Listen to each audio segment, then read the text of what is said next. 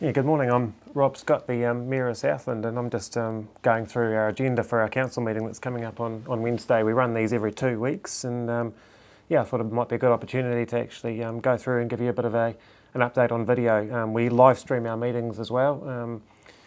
They're not the most interesting things in the world at times, but they're also not too boring as well. And if you want to get on and watch, we're on YouTube live, or even after the fact, the meetings are there for you to have a look at. So. Some of the things we're talking about this week, we've got a community update from the Kowhai Reach in Kuana. So it's a community project with a QE2 covenant being put out in Kowhai Reach, and a lot of work being done there by the community, taking ownership and restoring that land. So that's a great opportunity for the community to brief us at council on what they're up to, and opportunity for us to ask them questions as well. Quite often at council we'll look at bylaws and policies, and they come up for renewals most bylaws every 5 years, and some of the policies as well. So we've got 3 of those coming up for consultation soon, so those are coming across our agenda on Wednesday. The first one being the Easter Sunday and shop trading policy. So you'll know in the media up and down the country, quite often at Easter time, a lot of the garden shops and that will open up despite getting fines. In Southland, we've actually got quite an enabling approach where we allow all of our shops to open. And this has come up for renewal, so if we don't renew this, then it will default to the law, which is that you can't trade. So this has just gone out for consultation now, without many changes, if any changes, I don't think, in the document. So that can lock that one back in. Also, the smoke-free and vape-free open spaces policy. So that's had some minor changes made around vaping, which was initially put in to help people quit smoking, but now it's become quite contentious in the public as well. And we're including our smoke-free zones to be vape-free zones. One of the interesting facts around this one is the fact that we can't actually it's an educational policy rather than an enforcement one, but all the same, it's worth having, and that's also going out for consultation. So if you've got any strong feelings on either one of those two, feel free to jump onto our website and make it stick, or talk to your councillor, or have a look in our offices and find out ways to let us know your voice. The third one is the draft unmanned aerial vehicle, which is commonly known as a drone. So we've got a policy around those. It's obviously civil aviation laws around them as well, but we again are quite enabling. The only, I guess the part that we have control over is over council land, so this isn't over private land or anything, it's just over the land that council manages. And again, it's a pretty enabling policy, just with a few little tweaks in there. So if you have any views on that, just noting that it's over council land, not private land, feel free to jump on and have a look. Now, we as a council, under the Local Government Act, have to be audited, and this unfortunately comes at a cost. So we've got an audit fees item on the report.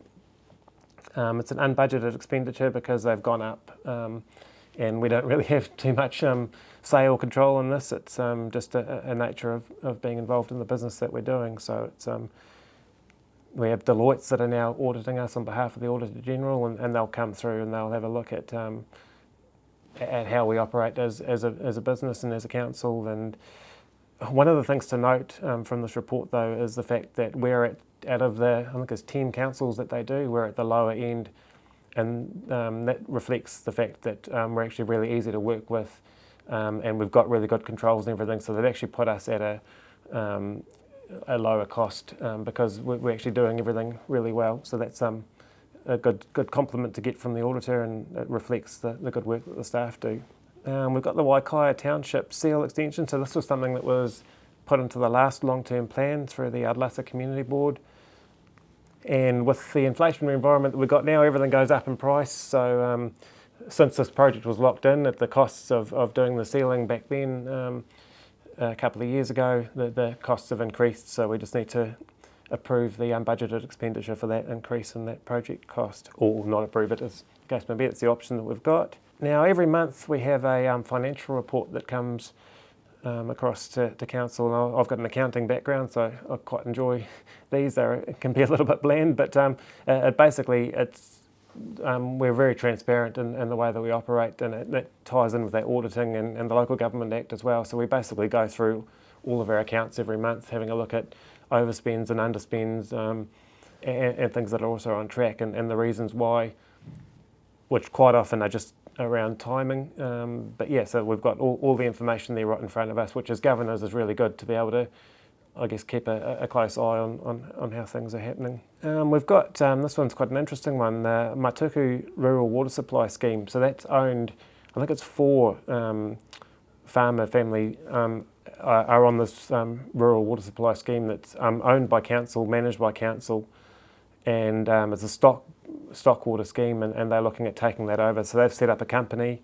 Yeah, if this report goes through, then we'll be transferring that water scheme over to that private water supply scheme, basically, so that we'll let them carry on and run it the way that they want to run it, and council will no longer be involved.